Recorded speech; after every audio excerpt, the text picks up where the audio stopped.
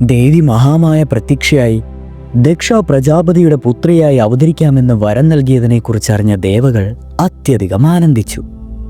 മഹാശക്തിയുടെ അവതാരത്തിലൂടെ പ്രപഞ്ചത്തിന്റെ ദുഃഖം പരിഹരിക്കാനാകുമല്ലോ.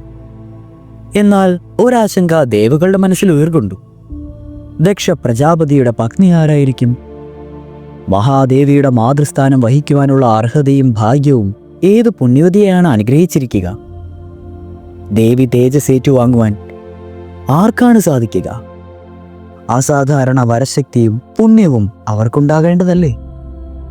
ദേവകൾ വൈകുണ്ഠത്തിലേക്ക് യാത്രയായി. ഭഗവാൻ മഹാവിഷ്ണുവിനെ കണ്ട് അവർ തങ്ങളുടെ ആശങ്ക ഉണർത്തിച്ചു. മഹാവിഷ്ണു, ഭഗവാൻ ബ്രഹ്മദേവന്റെ നിർദ്ദേശത്താൽ ദക്ഷ പ്രജാപതിയും സനകാദികളും മഹാമായയെ തപസ് ചെയ്തു. അവരുടെ ഉഗ്രതപസ്സിൽ സംതൃപ്തിയായ ദേവി പ്രസന്നയായി. ഭൂമിയിൽ അവതരിക്കാമെന്ന് വാഗ്ദാനം നൽകിയ വിവരം അവിടുന്ന് അറിഞ്ഞിരുന്നുവല്ലോ. എന്നാൽ ദേവ, ഭഗവാൻ പരമശിവനെ കർമ്മനിരതനാക്കുവാൻ ദേവി ദക്ഷ പ്രജാപതിയുടെ പുത്രിയായി ജനിക്കുമ്പോൾ ആരാണ് മഹാമായയുടെ മാതൃസ്ഥാനം വഹിക്കുക? ദേവകളെ, നിങ്ങളുടെ സംശയം അസ്ഥാനത്തല്ല. മഹാമായയുടെ പ്രഭാവത്തെക്കുറിച്ചുള്ള ബോധവും ശിവശക്തിയുടെ ഭാഗമായി തീരുവാൻ പോകുന്ന കന്യകയോട് നിങ്ങൾക്കുള്ള ഭക്തിയും ബഹുമാനവും നിങ്ങളുടെ ചോദ്യത്തിൽ ഒതുങ്ങി നിൽക്കുന്നത് എനിക്കറിയാനാകുന്നു. ദേവകളെ സാഗൂതം നോക്കിക്കൊണ്ട് മഹാവിഷ്ണു തുടർന്നു. ദേവഗണങ്ങളെ, മഹാദേവ ശ്രേഷ്ഠനായ ബ്രഹ്മാവിന്റെ ദക്ഷിണാംഗത്തിൽ അവിടെ നിന്നാണല്ലോ ദക്ഷൻ ജനിച്ചത്.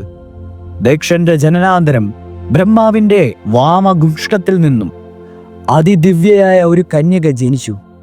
ദേവ, അവിടുന്ന് വീരണി ദേവിയെക്കുറിച്ചാണോ പറയുന്നത്?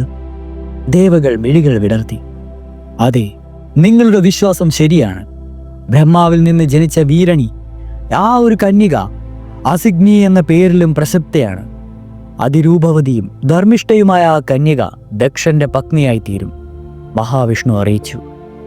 മഹാവിഷ്ണു, സുന്ദരമായ ആ കാലം ആസന്നമാകുന്നത് എന്നാണ്? അതിനായി ദേവകളായ ഞങ്ങൾ യജ്ഞിക്കേണ്ടതുണ്ടോ? ദേവന്മാർ അറിയിച്ചു.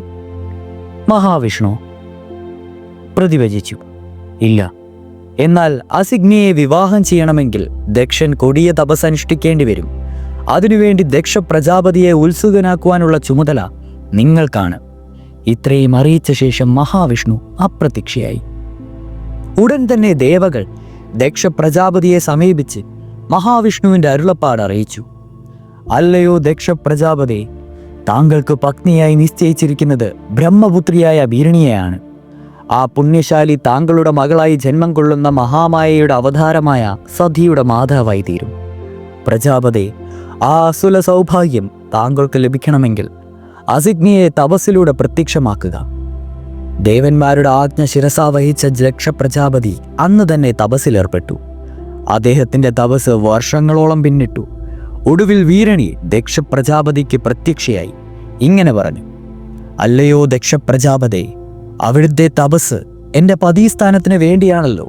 ഹേ പ്രഭു, ആ സുദിന സമാഗതമാകുവാൻ പോകുന്നു. ഞാനിതാ താങ്കളുടെ പതിയാകുവാൻ സന്നദ്ധയായി കഴിഞ്ഞു. വീരണി ഇപ്രകാരം മുഴിഞ്ഞപ്പോൾ ആകാശത്തു നിന്നും പുഷ്പവൃഷ്ടിയുണ്ടായി.